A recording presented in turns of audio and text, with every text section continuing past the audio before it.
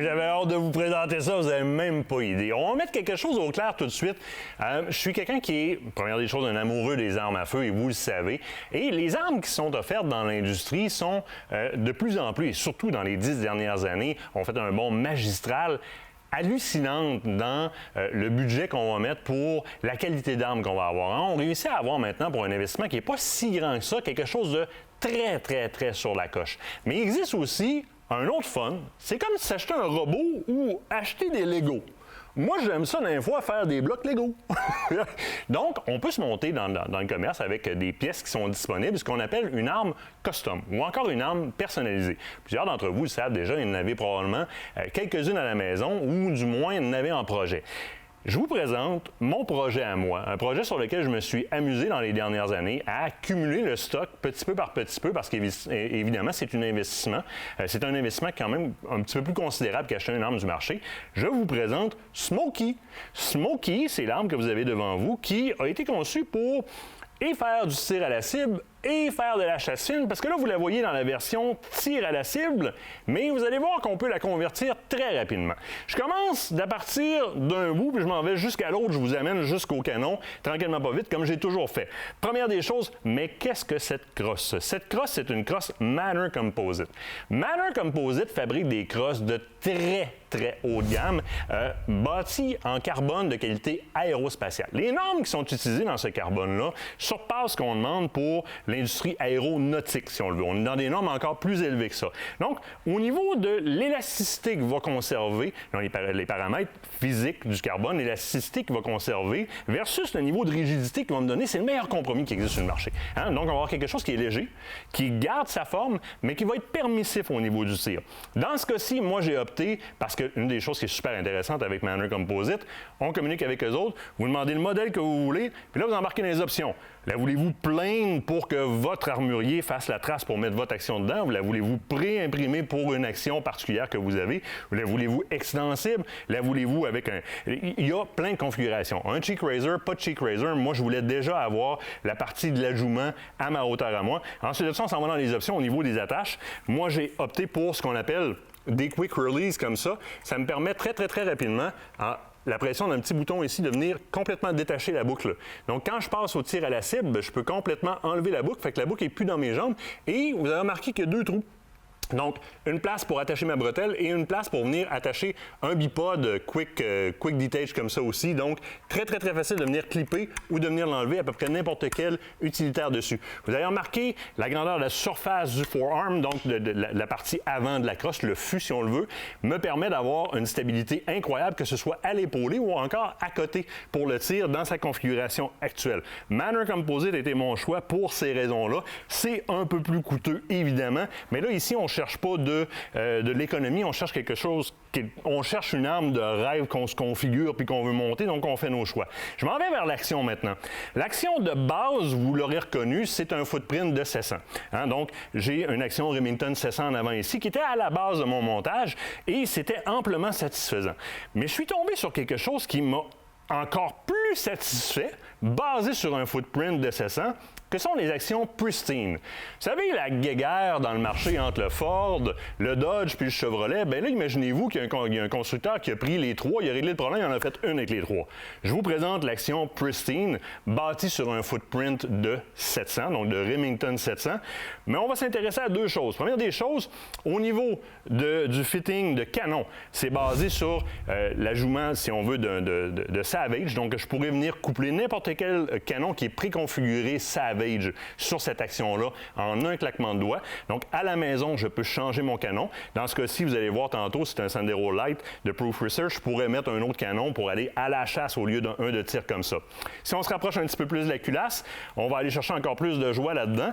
Donc, déjà, vous voyez, là, on s'est basé sur deux manufacturiers. Savage au niveau de l'accouplement du canon avec l'action. Un footprint de Remington 700. On s'en vient sur la culasse maintenant.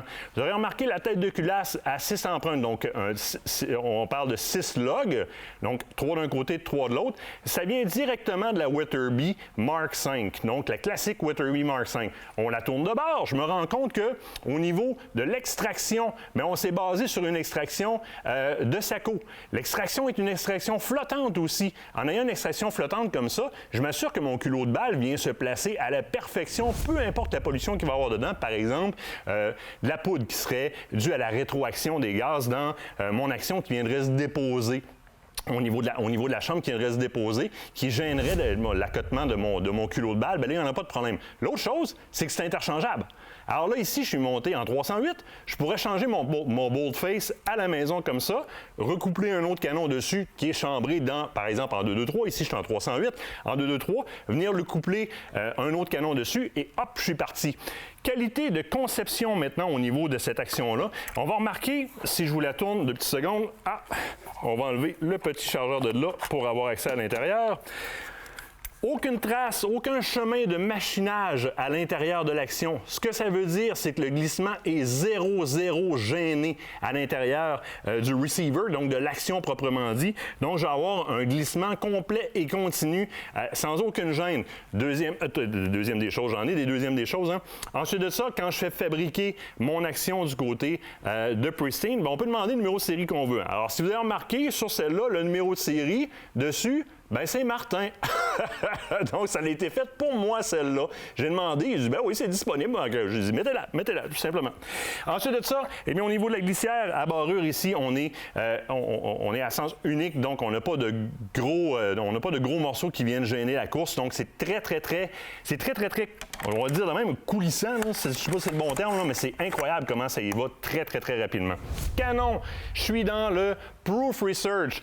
Qui n'a pas entendu parler de Proof Research? Proof Research fait des canons de très grande fiabilité. Ici, je suis en Sandero Light. Je pourrais être en Sporter Light, par exemple, ou en Sandero standard. C'est des canons qui vont, première des choses, durer excessivement longtemps, mais c'est des canons qui vont vous permettre une fiabilité et une précision, mais avec une très grande répétition.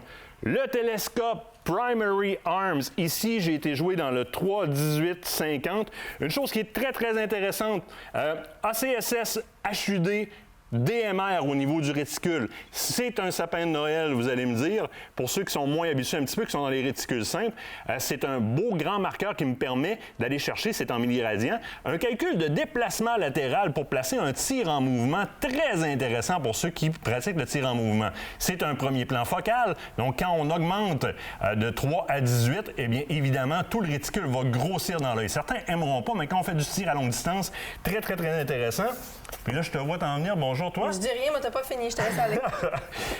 La plus grande particularité de ce télescope-là, première des choses, 3, 18, 50 au niveau de l'ouverture. Ajustement, évidemment, c'est éclairé. Ajustement au niveau des tourettes sur le dessus et sur le côté. Donc, élévation et windage très rapide. Mais c'est un télescope que tu peux prendre puis presque tirer au bout de tes bras. Tu vas le réinstaller sa carabine puis ça va être encore nickel. Mais généralement, quand tu tombes dans des télescopes tactiques de très grande fiabilité comme ça, qui sont durs comme un tank, t'en perds au niveau de la qualité, de la clarté au niveau des lentilles. C'est le télescope de type tactique, de type indestructible, le plus clair que j'ai vu à venir jusqu'à là dans ma courte histoire de chasseur.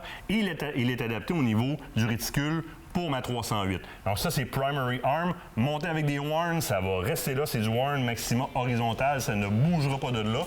Dernier petit point. Il faut que tu fasses ça vite, là. Flat line-ups, un petit bubble level sur le côté pour éviter le canter. On est monté aussi avec un PMAG, donc ça me permet aussi dans ma configuration d'aller chercher d'autres calibres. Les PMAG sont disponibles pour n'importe quel calibre. On est parti. C'était ma Smoky. Hey, t'as fait ça vite, sérieusement, parce qu'il y a du stock à dire là-dessus. D'après moi, il va falloir que tu nous en reparles. Je la connais un peu. Hey, il va falloir déjà leur dire bye-bye, parce que c'est la semaine prochaine, on s'en va. Peux-tu parler? Ben oui, la semaine prochaine, tu t'en vas justement utiliser une autre arme, mais tu t'en vas à chasse à l'ours, avant d'aller Oui, un X-Bolt de Browning. Soyez là.